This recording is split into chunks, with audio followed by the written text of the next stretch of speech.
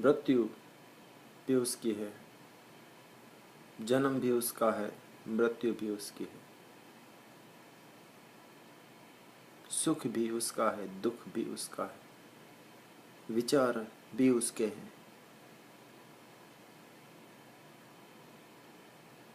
अविचार भी उसके हैं, शरीर भी उसका है, शरीर के पार भी उसका है,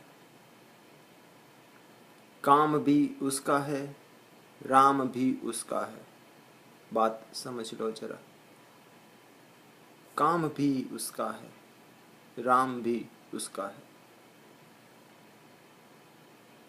ऐसा कुछ हो नहीं सकता जिसको उसके बाहर निकाल दिया जाए। ऐसा कुछ असंभव है जिसको उस सत्य के समुंदर से बाहर रख दिया जाए। इस समंदर के बाहर तो कुछ भी हो सकता है। हवा समंदर के बाहर है, मछली भी बाहर निकल सकती है। उस समंदर के बाहर कुछ रखना असंभव है। जो किसी भी चीज का अस्वीकार करे, जो दिमाग का अस्वीकार करे,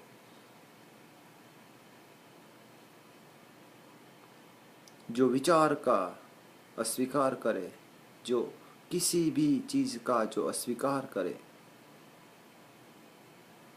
उसने उस परम सत्य को ठुकराया। उसने उस परम सत्य को इनकार किया। जब कोई बुद्ध होता है तो मृत्यु का भी स्वीकार कर लेता है। पहला तो ऐसा होता है, जब कोई बुद्धत्व को प्राप्त होता है, उसका परम स्वीकार चरम तक पहुंचता है।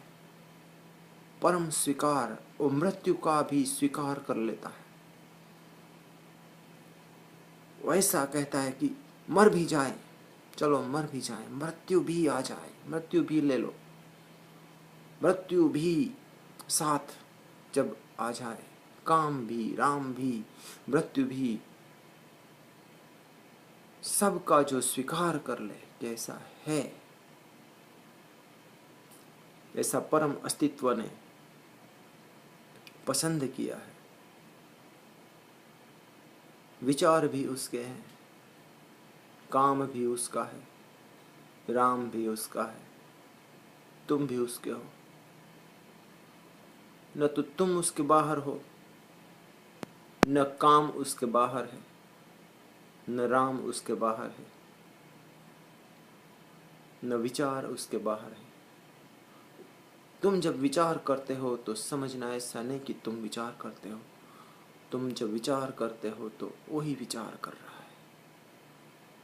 तुम जब शांत बैठे हो, जब जैसे बुद्ध ध्यान में बैठा है परम समाधि में, तो ऐसा मत समझना बुद्ध ध्यान में बैठा है। वही ध्यान में बैठा है बुद्ध के द्वारा, परम ध्यान में, परम समाधि में। जितना बुद्ध उस समाधि का आनंद उठाता है, उससे ज्यादा वो उस समाधि का आनंद उठाता है। जिससे तुम विचार में डूबते हो तो ऐसा मत समझना कि तुम विचार में डूब रहे हो। तुमसे ज्यादा वो उस विचार में डूब रहा है। जैसे तुम दुखी होते हो तो वो दुखी होता है। जैसे तुम कामातुर होते हो तो परमात्मा कामातुर होता है। सब उसका है, लहू उसका, पानी उसका, हवा उसकी, विचार उसके, काम उसका। किसी ने एक चीज का इनकार किया तो उसने पूरे परमात्मा का इनकार किया, पूरे सत्य का। परमात्मा शब्द तो अच्छा है, पूरे सत्य का, पूरे पूरे अस्तित्व का, पूरे परम का इनकार किया। एक भी चीज यहां है उसको तुमने हटाया तो अस्तित्व में तुमने छेद किया।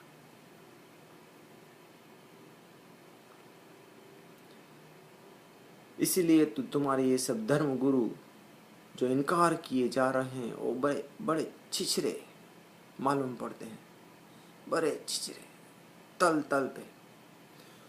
तुम में उसको कुछ गहराई नहीं दिखाई देती, क्योंकि उसने सब इनकार कर दिया, सब छोड़ दिया। तो जब कोई सत्य की तरफ जाए तो ऐसा मत सोचना कि कुछ छोड़ देना होगा। जब कोई सत्य की तरफ कदम रखे तो ऐसा मत सोचना कुछ छोड़ना है। छोड़ना यहाँ कुछ नहीं है, पाना सब कुछ है। सबका स्वीकार करें, सब जो है वो हमारे लिए है। उस सब को साथ लेके उस यात्रा तक पहुंचना है। यात्रा कठिन है, मुश्किल है, नामुमकिन नहीं है। कठिन और मुश्किल है तो हमारी वजह से है, उसकी वजह से नहीं।